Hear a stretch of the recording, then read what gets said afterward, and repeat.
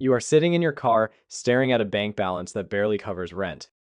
You open Instagram and see a 28-year-old in Dubai. You ask, what is wrong with me? Nothing is wrong with you. You are fighting three invisible forces designed to keep you broke. Today, I'm exposing them. My name is Wolf, and I'm going to tell you something that no financial advisor, no self-help guru, and definitely no Instagram millionaire will ever say to you. The reason you feel financially behind isn't because you're lazy, stupid, or bad with money. It is because three invisible forces have been working against you since before you could spell the word budget. And until you see them clearly, brutally, without the motivational poster bullshit, you will keep running on this hamster wheel and calling it a career. Let's rip this open. Layer 1. Your brain was wired for financial failure before you turned 10. Here is what actually happens, and nobody in the personal finance space wants to touch this because it doesn't fit into a neat 5 steps to financial freedom. Listicle. You didn't choose your relationship with money, it was installed in you, like software, like malware actually. Before you ever earned a dollar, before you ever swiped a credit card, before you ever heard the word compound interest. Your parents, your household, your childhood already programmed how you think about every single dollar that passes through your hands. Psychologists call these money scripts. I call them financial scars. Let me get specific because vague advice is worthless. There is a version of this where you grew up watching your mom cut napkins in half with kitchen scissors. Not because she was crafty, because a pack of napkins from Costco for $8.99 was a meaningful expense. She carried an envelope, a literal paper envelope, stuffed with coupons she'd clipped from magazines. And every trip to the grocery store was a military operation. Compare unit prices, check the circular, use the coupon, feel guilty if you forgot the coupon. You watched this. You were 7. You didn't understand economics. But your brain understood something much deeper. Money is scarce. Money is dangerous. If you're not careful, it disappears. And when it disappears, bad things happen. Fast forward 20 years, you're making $65,000 a year. That is more than your parents ever made combined. And you still can buy a $20 label maker without spending 45 minutes reading Amazon reviews, cross-referencing with Reddit threads, checking 3 competitor products, and then feeling a knot in your stomach when you click place order on a $20 item, $20. That is what 2 hours of your after-tax labor. And your nervous system treats it like you are signing a mortgage. That is not rational behavior. That is a wound. That is your 7-year-old self still sitting at the kitchen table, watching mom cut napkins, learning that every dollar could be the last one. Or maybe your programming went the other direction entirely. Maybe you grew up in a house where money was never discussed, where bills were a source of screaming matches behind closed doors, where the word money was basically a synonym for stress and fighting and things falling apart. So you learn to avoid it. You don't look at your bank account. You don't open the credit card statement. You set up autopay, not for convenience, but because manually paying bills would force you to see the numbers. And seeing the numbers makes you feel like the walls are closing in. Psychologists call this money avoidance. I call it financial dissociation. You're not irresponsible, you're traumatized. There is a hell of a difference. And then there is the other end of the spectrum, money worship. This is the one that social media absolutely loves to reinforce. This is the belief that if you just had more income, more savings, more investments, more zeros in the account, then the anxiety would stop. Then you'd feel safe, then you'd feel worthy, then your parents would finally say they're proud of you. Then the girl who rejected you in college would see your LinkedIn profile and feel something. Here is the punchline. Research consistently shows that beyond a household income of about $75,000, now adjusted closer to $105,000 for inflation, additional money has dramatically diminishing returns on your day-to-day happiness. You're not chasing financial security. You're chasing a feeling that money was never designed to provide. You're trying to fill an emotional hole with dollar bills and wondering why the hole keeps getting deeper. So before you read another article about index funds, before you download another budgeting app, before you watch another video about passive income, I need you to do something uncomfortable. Look backward. Look at your childhood. Look at the kitchen table. Look at the arguments. Look at the silence. Look at whatever version of financial programming was installed in your operating system before you were old enough to question it. Because here's the thing, you can't outrun software you don't know is running. Layer 2, your brain is being hijacked and the hijackers are making billions. Alright, so your childhood gave you a faulty financial operating system. Cool, painful, but at least it is an internal problem you can theoretically work on. Now, let me introduce you to the external problem, the one that is actively, deliberately, and profitably making everything worse. There is a concept in evolutionary psychology called Dunbar's number. It says the human brain can maintain approximately 150 meaningful social relationships at any given time.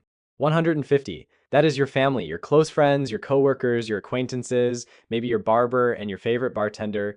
That is it. That is the full capacity of your social brain. Now, here's where it gets really interesting, and by interesting, I mean horrifying. For most of human history, those 150 slots were filled by people in your actual community. The village blacksmith, the local merchant, maybe a couple of wealthier families, but everyone existed within a relatively narrow band of economic reality. You might have envied the guy with the nicer horse, but you weren't comparing yourself to a pharaoh. Fast forward to 2026, who is sitting in those 150 comparison slots now? Kim Kardashian, some 19-year-old crypto bro who rented a Lamborghini for a TikTok. That couple on Instagram who are just so blessed to be renovating their $1.2 million farmhouse at age 26. With money that definitely came from their parents, but will never be mentioned in the caption. Your monkey brain, the same one that evolved to compare yourself to the other hunters in your tribe, is now comparing you to the top 0.01% highlight reel of the entire planet. And it doesn't know the difference. Your amygdala can't distinguish between that person is in my actual social circle and that person is a stranger performing wealth for an algorithm. It just processes the comparison and spits out the same conclusion every time. You're behind, you're losing, everyone is doing better than you.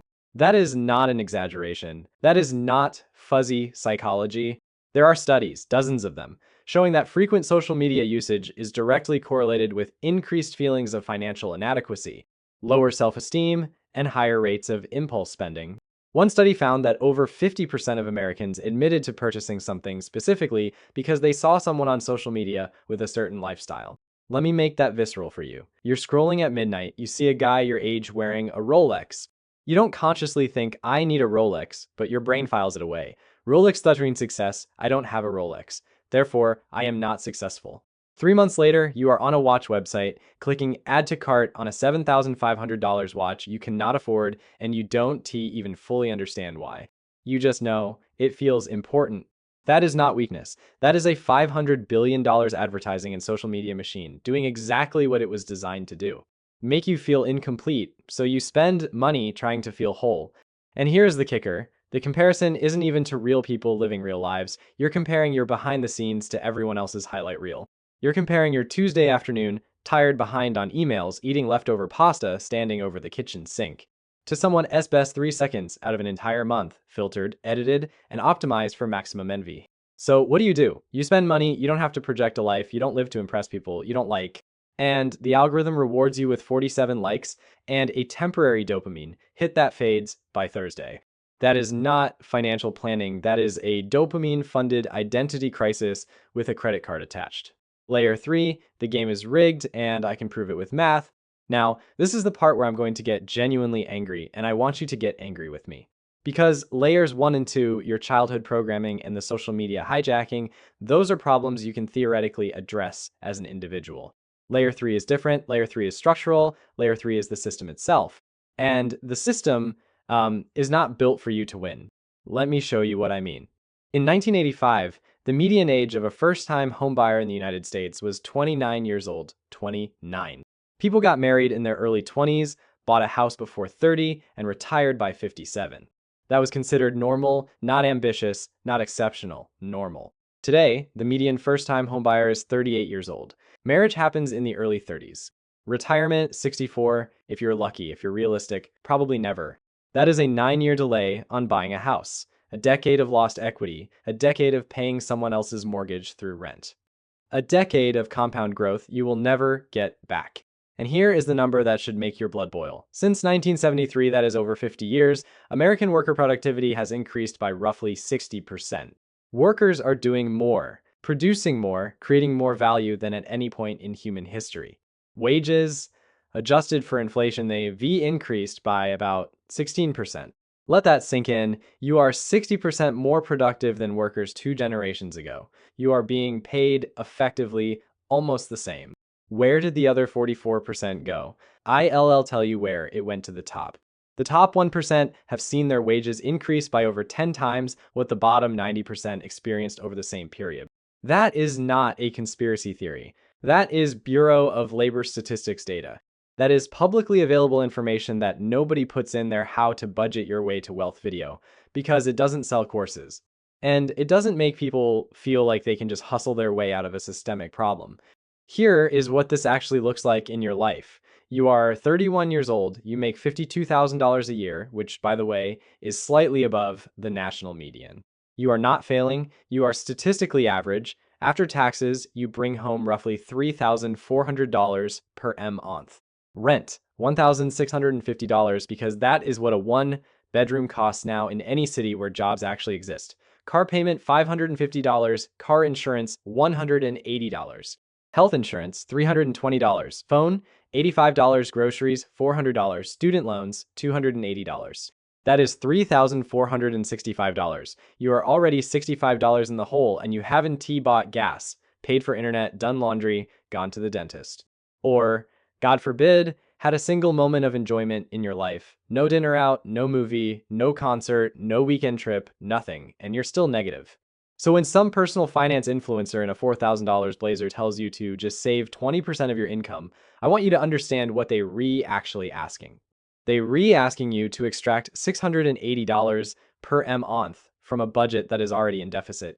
They're asking you to perform a financial miracle, not because you're wasteful, not because you're buying too many lattes, but because the math literally does not work anymore for average people with average incomes in average cities. This is not a mindset problem. This is an arithmetic problem.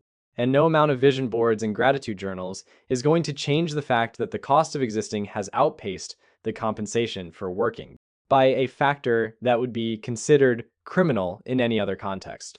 You're not behind because you started late. You're not behind because you're lazy. You're behind because the finish line keeps moving and nobody told you. The median home price in the US is now over $400,000. In 1990, adjusted for inflation, it was $180,000. Wages didn't double. Housing costs more than doubled. The gap between what you earn and what life costs isn't a gap anymore. It is a canyon. And they're handing you a jump rope and calling it a bridge. So what the hell do you actually do about this? Look, I could sit here and rage about the system for another 20 minutes. And honestly, the rage is justified. But rage without action is just entertainment, and you didn't click on this video to feel sorry for yourself. At least I hope you didn't. Here is what actually worked. Not theory, not inspirational posters. Things I did that changed how I relate to money after years of feeling like I was drowning in a system designed to keep me underwater. Strategy 1, the cookie jar method. I stole this concept from David Goggins, the guy who runs ultramarathons on stress fractures because apparently he hates comfort. But Goggins uses it for mental toughness. I adapted it for money. Here is how it works. Get a jar, a real one, or use your notes app. I don't care. Every time you have a financial win, any win, no matter how embarrassingly small, you write it down and you put it in the jar. I said no to a $47 dinner I didn't want to go to. I negotiated my internet bill down by $12 a month. I set up a $25 automatic transfer to savings. I didn't buy the thing I had in my cart for 3 days. These sound pathetic next to, I made $50,000 on a crypto trade, right? Good, that is the point. You're not comparing yourself to the highlight reel anymore. You're documenting your progress on your timeline with your constraints. And then, this is the key. The next time you're sitting in that parking lot staring at your bank account feeling that familiar wave of, I'm never going to make it, you open the jar, you read 3 of those wins, 5 of them, 10 of them. It is not going to solve systemic inequality. It is not going to make your rent cheaper. But it is going to do something that your brain desperately needs. It is going to break the narrative that you've never done anything, right? Because you just never counted it. You were too busy comparing your chapter 3 to someone else's chapter 25. Strategy 2, rewrite the damn code. Remember that malware I talked about, the money programming from childhood. You can't delete it, but you can rewrite it. And here is how. Step 1, identify. Sit down, no phone, no distractions, and write down 3 specific memories about money from your childhood. Not vague feelings, specific scenes, the kind you can close your eyes and see. For me, it was watching my mom buy clothes 2 sizes too big because you'll grow into them. The logic was brutal in its efficiency. If we buy the right size, you'll outgrow them in a year and we'll have to buy new ones. If we buy too big, you get 2 years out of them.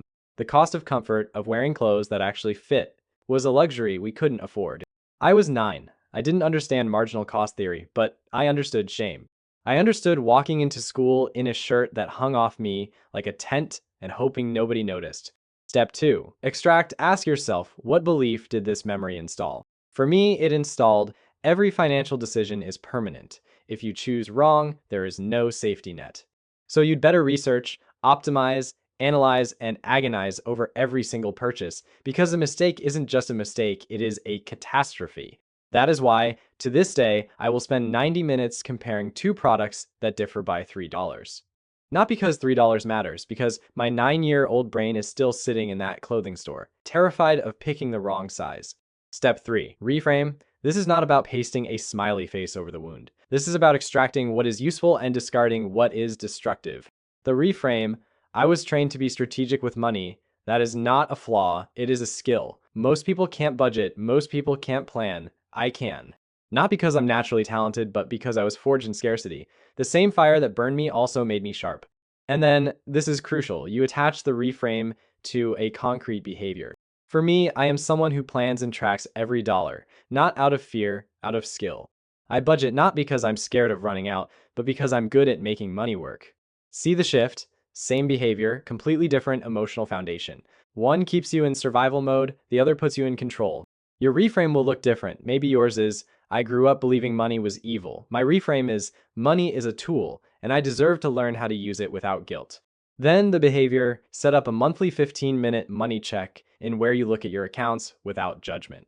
Just looking, just data, no shame, no panic, just information. Or maybe yours is, I grew up believing more money would fix everything. My reframe is, money solves money problems, not emotional ones. I'm allowed to be financially comfortable and still work on my happiness separately. Then the behavior. Every time you feel the urge to buy something to feel better, you write down what emotion you're actually trying to fix. 9 times out of 10, it is not something a purchase can solve. Here is where I land on all of this. The system is broken. I'm not going to sugarcoat that. The wealth gap is real. The wage stagnation is real. The cost of living crisis is real. And no amount of budgeting tips and side hustles is going to single-handedly fix a structural problem that has been compounding for 50 years. But here is what I also know. You're not powerless. You're playing a harder game than your parents played. The rules are tougher, the rewards are less fair. And the deck is stacked in ways that would make a casino blush, but you're still in the game. And the people who design this system, the ones who profit from your confusion, your shame, your endless scrolling, your impulse purchases, your self-doubt, they are counting on you to feel so overwhelmed that you do nothing. Don't give them that satisfaction. There is no universal timeline for financial success. There is no age by which you must own a home, max out a 401k, or hit 6 figures. Those benchmarks were invented by a generation that could buy a house on a single income with a high school diploma. That world is gone, and comparing yourself to it is like criticizing yourself for not winning a game that doesn't exist anymore. So here is what I want you to do. Not tomorrow, not next week, right now, while the feeling is still in your chest. Open your notes app, write down one financial win from this week. Just one. Maybe you didn't buy the thing you almost bought. Maybe you packed lunch instead of ordering out. Maybe you just watched this entire video instead of scrolling past it. And that counts too, because awareness is the first damn step. Put it in the jar. You are not behind, you are not broken, you are not a failure because a rigged system made you feel like one. You're just somebody who finally looked behind the curtain and didn't like what you saw. That is not weakness, that is the beginning. Stop comparing your life to a scoreboard that was never built for you. Build your own track, your own wins, rewrite your own story. The game is rigged, but you don't have to play by their rules.